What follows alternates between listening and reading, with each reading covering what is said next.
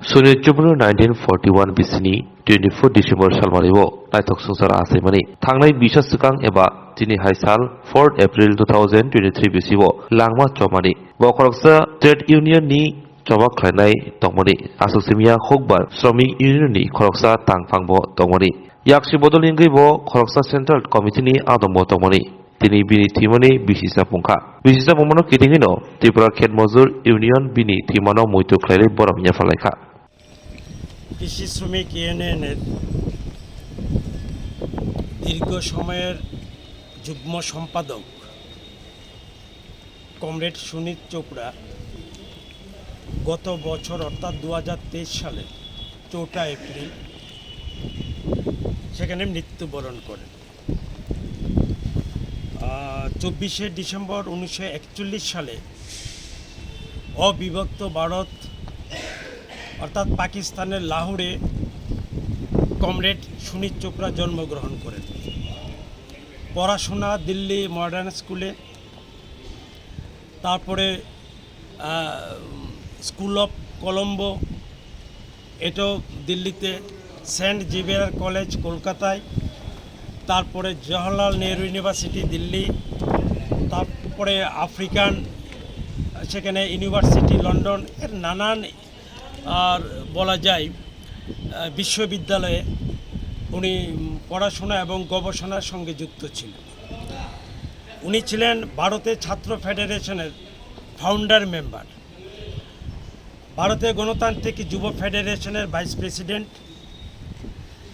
বলা যেতে পারে ফাউন্ডার ট্রেজারারের দায়িত্ব পালন করেছিলেন ভারতীয় গণতান্ত্রিক যুব ফেডারেশনের। তার পরবর্তী সময়ে উনি যুক্ত হন সারা ভারত কৃষি শ্রমিক ইউনিয়নের সঙ্গে।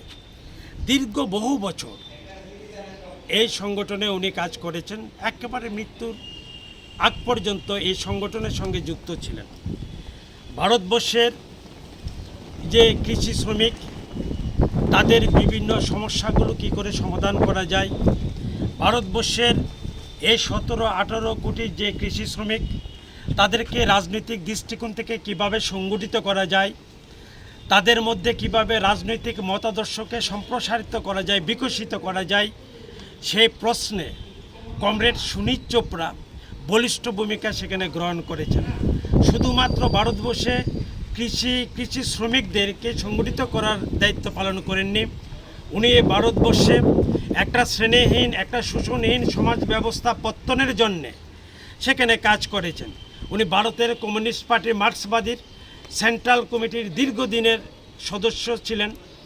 অর্থাৎ বলা যেতে পারে ভারতবর্ষের মধ্যে একটা বলা যায় সুখী সমৃদ্ধশালী সমাজ প্রতিষ্ঠার জন্য তিনি আমৃত্যু সেখানে কাজ করে গেছেন।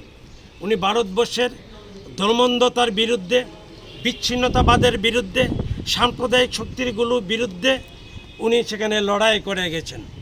আজ আমরা ওনার প্রথম মৃত্যুবার্ষিকী গোটা দেশে আমরা যথাযোগ্য মর্যাদার সাথে উদযাপন করছি। আমরা ত্রিপুরা ক্ষেত মজুর ইউনিয়ন রাজ্যের প্রতিটি জেলায়, প্রতিটি বিভাগীয় পরিষদ কেন্দ্রে এবং আমাদের রাজ্য কেন্দ্রে আমরা আজকে সেটা প্রতিপালন করছি। এ প্রসঙ্গে আমি যেটা বলতে চাই, সুনীল চোপড়া শুধুমাত্র একজন সংগঠকই ছিলেন না, উনি ছিলেন বলা যায় আর্ট ক্রিটিক, উনি ছিলেন রাইটার এবং উনি ছিলেন একজন পোয়েট। এটা গোটা দেশের মানুষ সুনীল চোপড়া সম্পর্কে জানেন, আলাদা একটা পরিচিতি আছে। এমন একজন অবিসংবাদিত নেতা এই সংগঠনের মধ্যে ছিল কমরেড সুনীল চোপড়া।